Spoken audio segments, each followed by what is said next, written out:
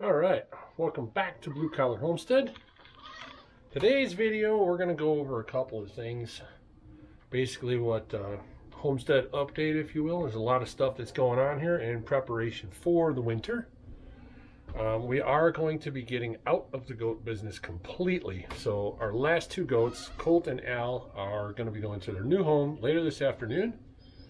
And we have our meat birds and our turkeys. They'll be going to freezer camp probably the end of October, which means this winter we are only going to have our egg-laying chickens as far as animals. I know the dog and the cat, and that's it until spring. We're planning on March, April, getting a couple feeder pigs.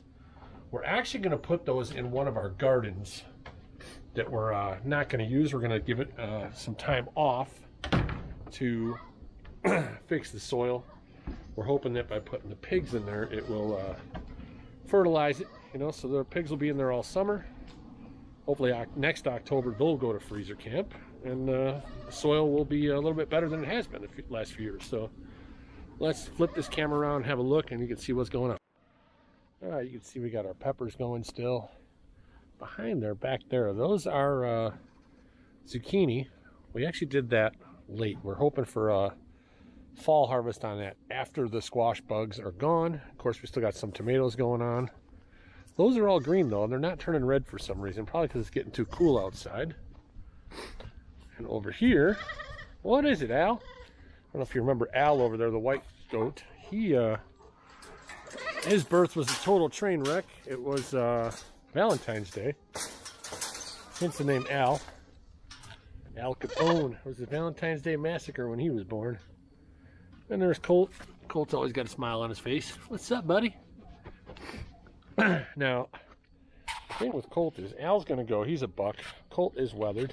However, the lady that these guys are going to is really super, super nice. She's got plenty of land and pasture for them to graze in. Lots of green stuff. They're going to have a spot in the woods. It's got lots of leaves and stuff to eat. So they're going to be pretty happy. But the agreement is the lady we're letting them go with, if she ever decides to get out of goats, we'll be getting Colt back. Out of all the goats we've had, he's probably the best one, the best behaved, the happiest. So hate to see him go, but there's not really a reason to keep him around anymore if we're not going to have any goats. So all he's going to be doing is chewing up hay and making a mess and doing goat stuff. So flip this around, you see there's one of the turkeys with some of the meat birds. And I don't know if anybody's ever done this, but I'm sure they have. Our turkeys, we weren't sure about mixing the turkeys with the meat birds, but what I've discovered is the meat birds are a lot smaller than the turkeys. The feed is the problem. Feed is the problem because anybody who's had meat birds knows they eat like piranhas. If you put 10 pounds of feed out, they'll eat all 10 pounds. Beauty about the turkeys is they're about 5 or 6 times taller. So basically what I did is I took their feeder and just raised it up so the meat birds cannot reach it. However, the birds, they seem to get along just fine, so that's what we're going to do with that. So they're going to stay in here for a while until like I said, middle or end of October. All these birds will be going to freezer camp, and then this will be empty for the winter.